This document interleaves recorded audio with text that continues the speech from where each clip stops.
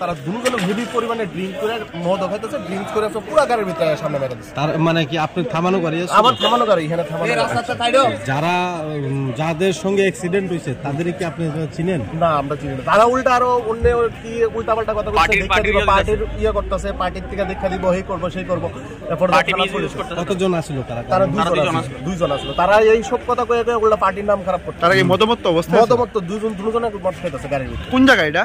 এটা হচ্ছে কর্নেল চৌক। আপনার বাড়ি কোনখানে? আমার বাড়ি বর্দোয়ালি। গাড়ি কি আপনার কত রেস্টুরেন্টের সামনে? এই কিরকম ক্ষতি হয়েছে গাড়ি?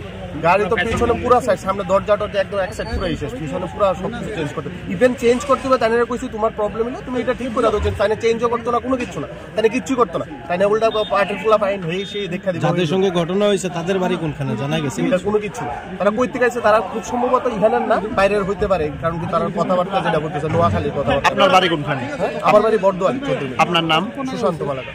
কতক্ষণ আগে আইছে ঘটনাটা? এই 10-15 মিনিট। ঠিক আছে।